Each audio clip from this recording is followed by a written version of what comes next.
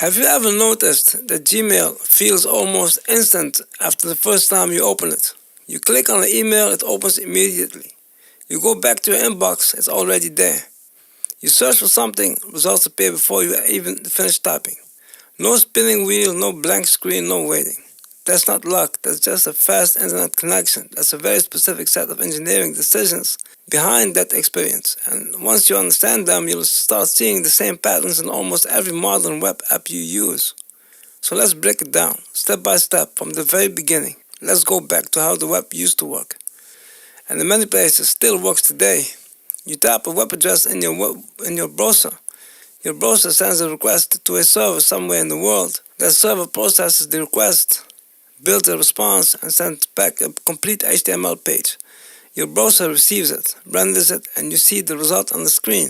Now you click a link, the same thing happens again. Your browser sends a new request, the server builds a new page, everything gets sent back again, and again, and again. Every single click triggers a full round trip to the server. For simple websites, that's fine. A blog post, news article, a contact form. These don't need to feel instant. A few hundred milliseconds of loading is completely acceptable. But Gmail is not a blog post. Gmail is an application. You interact with it constantly. You click, you scroll, you search, you compose, you delete. If every single one of those actions required a round trip to a server in one of Google's data centers, Gmail would feel unbearably slow. So Google did something different. They changed the model entirely. Here's what actually happens when you open a Gmail for the first time. Your browser makes a request to Gmail's service. So far, nothing new. But what comes back is not a pre-built HTML page full of content. What comes back is a very kind of file. It's a JavaScript file, a large one. And this file contains the entire Gmail application. Not the emails, not your inbox, not your contacts, the application itself. The logic, the rules, the interface, the code that knows what to do when you click a button or search for a name or drag an email into a folder. This file lands in your browser. Your browser executes it, and in that moment, Gmail becomes a living application running directly on your computer, inside your browser tab. After that, the server job changes completely. To understand what the server does after that initial load, you need to understand how data moves between your browser and Google's service in this new model. The approach is called Ajax. It stands for Asynchronous JavaScript and XML. Though the name is a bit misleading because modern applications rarely use XML anymore. The word that matters is asynchronous. Asynchronous means that your browser doesn't freeze and wait every time it needs something from the server. Instead, it sends a small background request, continuous doing what it was doing, and when the response comes back, it quietly updates just a part of the page that needs to change. So when you open an email, here's what actually happens. The JavaScript code running in your browser detects that you clicked.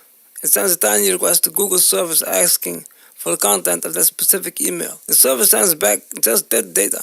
The subject, the body, maybe some metadata, not HTML. No styling, no navigation menu, just a raw information. The JavaScript then takes that data and builds the email view on screen, dynamically, right there in your browser. The rest of the page doesn't change. The inbox list on the left stays exactly where it is. The toolbar at the top doesn't reload. Only the part that needs to update actually updates. This is dramatically more efficient than sending a whole new page every time.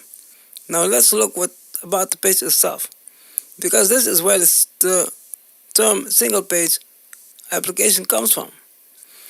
In a traditional website, every time you navigate somewhere new, you get a new page. A new HTML document loads. The browser clears what was there before and renders the new content. In a single page application, that never happens. There's only ever one page. It loads once and it never reloads. Everything you see, every view, every screen, every panel is generated dynamically by JavaScript inside that one page without ever leaving it. When you go from your inbox to your sent folder in Gmail, you didn't navigate to a new page. JavaScript just replaced what was visible on screen. The URL in your browser address bar changed, but that change was also controlled by JavaScript. To make it look and feel like a normal navigation, including working with your browser's back button, This is the foundation that makes Gmail feel like an application rather than a website, because it is an application. It just happens to run in your browser. Let's talk about what's inside that JavaScript file and why it's so large.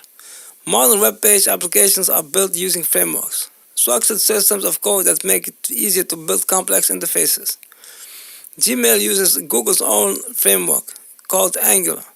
Other popular frameworks include React, built by Meta, and Vue, built by an independent community.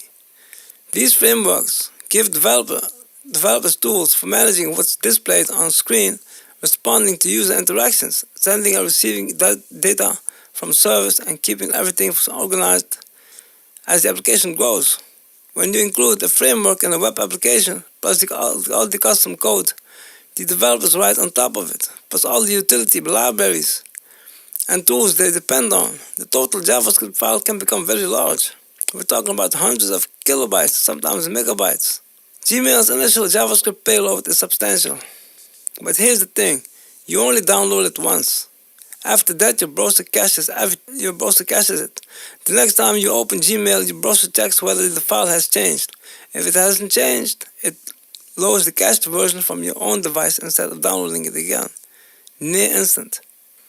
That word, cache, is worth spending some time on because it's doing a lot of heavy lifting in this story. A cache is a temporary storage location. Your browser has one. It stores files it has already downloaded, so it doesn't have to download them again. Images, style sheets, JavaScript files. These can all be cached. When you first visit Gmail, your browser downloads the JavaScript application and stores it in its cache. It also stores other assets, icons, fonts, style sheets, and everything visual and functional that doesn't change very often. When you come back to Gmail the next day, your browser first checks its cache. It asks, do I already have a version of this file? Is it still valid? If yes, it uses that version, no download required. This is why Gmail loads faster on your second visit than your first. Google controls how long these files stay in the cache by setting something called cache headers, instructions embedded in the server's response that tell your browser exactly how long to trust the cached version before checking again. For files that change rarely, like the core JavaScript application, these headers can be set to allow caching for days, weeks, or even months. This means that for a regular Gmail user, the heavy lifting of downloading the application almost never happens after that very first visit. But caching doesn't just happen at the browser level. There's another layer worth understanding. Google serves Gmail to users all over the world. If every request had to travel to a single server in one location, users in Belgium or Brazil or Singapore would experience much higher delays than users close to that server.